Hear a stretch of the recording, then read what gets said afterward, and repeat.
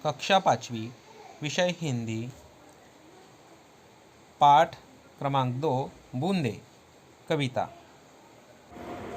बच्चों, आज हम पाठ दूसरा बूंदे, जो कि एक कविता है, उसको आज हम समझेंगे।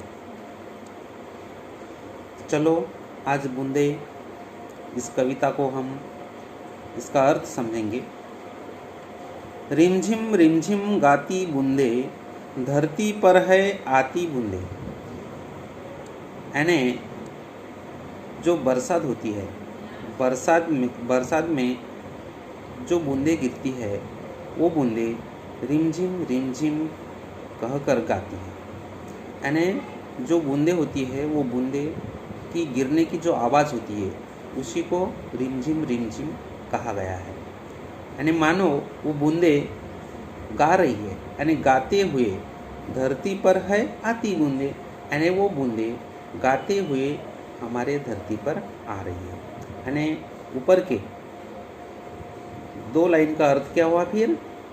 बरसात की बूंदे रिमझिम रिमझिम करती हुई आकाश से धरती पर गाती हुई आती है। समझ गए?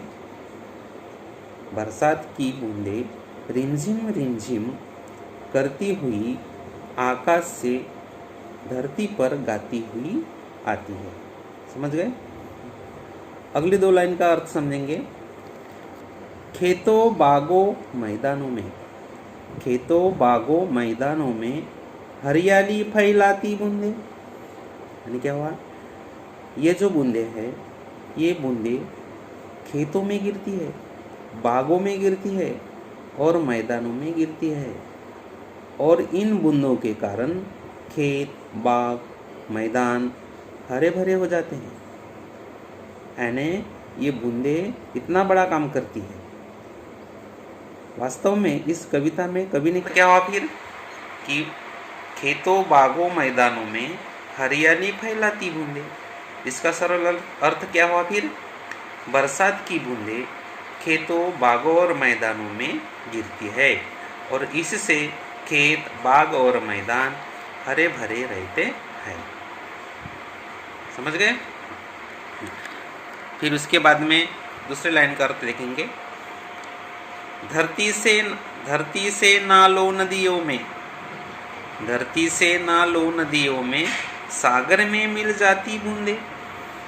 ये जो बूंदे आती है, ये बूंदे नालों में, नदियों में, तालाबों में गिर जाती है और इसके बाद में वो बहती हुई, जब नदी बहती है, वो कहा जाती है फिर सभी नदियों का पानी आखिर में कहा जाता है सागर में मिल जाता है। यानी जो बारिश की जो बूंदें गिरती है, उस बूंदों से तालाब, नदी, नाले सब भर जाते हैं और भरने के बाद जो बहते हैं, तो फिर वो पानी कहा जाता है सागर में जाता है। यानी इस लाइन का अर्थ क्या हुआ फिर कि बरसात की बूंदें धरती पर गिरकर नालों, नदियों में बहती है और यहाँ से बहते बहते वो कहाँ चले जाते हैं? सागर में चली जाती है। समझ गए? उसके बाद की 2 लाइन देखिए। गर्मी से तपते लोगों को शीतलता पहुँचाती बूंदे। गर्मियों में आपने गर्मी देखी है? हाँ, गर्मियों में क्या होता है? हमें ठंडक की बहुत ज़रूरत होती है, हमें शीतलता यानी ठंडक की ज़रूरत होती है। तो ये जो बारिश, ये जो बूंदे हैं, ये बूंदे हमको क्या देती है? शीतलता देती है, ठंडक देती है, हमें सुकून देती है। यानी गर्मी से परेशान जो लोग रहते हैं, उनको ये बूंदे क्या देती है? शीतलता देती है, ठंडक देती है। समझ गए? कुछ देखिए। यानी इसका सरल अर्थ क्या हुआ फिर कि गर्मी से परेशान होने वाले जो लोग होते हैं, उनको ये बूंदे ठंडक देकर आराम पहुंचाती है, ठंडक पहुंचाती है। चलो आगे देखिए। मेंढक मोर पपी है कोयल, मेंढक मोर पपी है कोयल, सबका मन हर्षाती बूंदे। मेंढक आपने देखा है, जब बारिश चालू होती है तब मेंढक धीरे धीरे ज़मीन के अंदर से निकलते हैं आपने मोर देखा है, पपीहा भी एक पंछी का नाम है, कोयल भी एक पंछी है। कुहू ये आवाज़ कोयल की होती है, काले रंग की होती है। ठीक है। जब बारिश की बूंदें गिरती है तो मेंढक यानी ज़मीन पे रहने वाला जो प्राणी है, पक्षी यानी मोर है, यानी वनस्पति, सारी सृष्टि हमारी, सबका मन हर्षाती बूंदे, ये जो बूंदे होती है जब गिरती है तो हम सब बच्चे आंगन में कूदने लगते हैं, यानी हम भी खुश हो जाते हैं।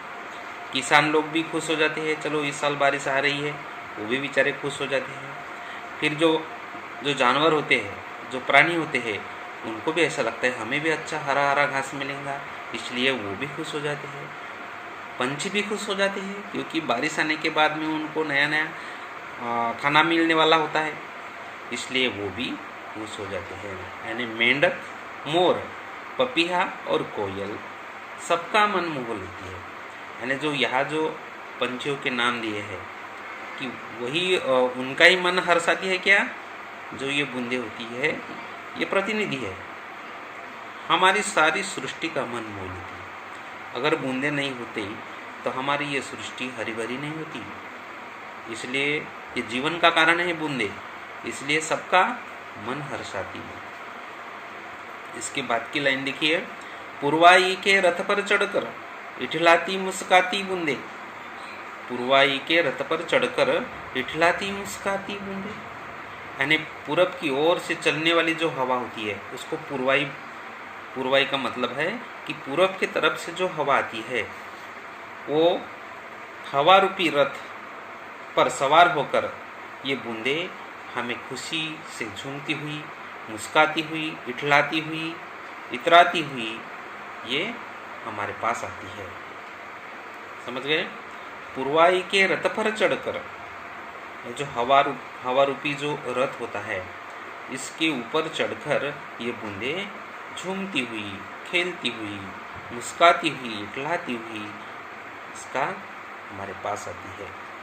यानी छोटी सी कविता में कवि ने क्या दिखाया है कि जो बूंदे होती है, बूंदे बूंद बूंद से समुंदर भरता है, बूंद बूंद से तालाब भरता है। जो ये छोटी सी बूंद होती है, ये बूंदों के कारण ही हमें, हमारे सृष्टि में हमें खाना मिलता है, वनस्पति, प्राणी, ये सारी सृष्टि को जीवन मिलता है। जो ये बूंदे हैं इतने बड़े बड़े काम करती है। हमें ऐसा लगता है कि हम बारिश को महत्व देते हैं, लेकिन बारिश में भी क्या होता है, ये छोटी छोटी बूंदें होती है, इसलिए हमें इन बूंदों को समझना चाहिए। तो समझ गए बच्चों? चलो अभी इस कविता के बाद में कौन से प्रश्न आ सकते हैं इसको हम देखेंगे। तो हम प्रश्न के स्वरूप में क्या क्या पूछ सकते हैं एग्जाम में। तो कविता में आए हुए लयात्मक शब्दों को जो यहाँ दिए, देखो कविता में आए हुए लयात्मक शब्दों को ढूंढकर सुनाओ। तो आपको ये होमवर्क करके रखना है। कविता में ऐसे कुछ शब्द है जो लयबद्ध शब्द है, जैसे कि इठलाती, मुस्काती, जो ये इनको बोलते हैं लयात्मक शब्द। ठीक है, तो आपको ये ढूंढ के लिखना है। उसके बाद में क्या पूछ सकते हैं यहाँ, जैसे कि बरसात की बूंदें कैसी गाती है। जैसे मैं आपको दिखाता हूँ अभी, जो बरसात की जो बूंदें होती है, बरसात की बूंदें कैसे गाती हैं। बरसात की बूंदें रिमझिम रिमझिम करते हुए गाती है, दिखाया हूँ मैंने। बूंदें कहाँ कहाँ हरियाली फैलाती है, ये भी पूछ सकते हैं। बूंदें खेतों, बागों, मैदानों में हरियाली फैलाती है, इस तरह आपको लिखना है। अंत में बूंदें किस में मिल जाती है, तो अंत में बूंदें सागर में मिल जाती है।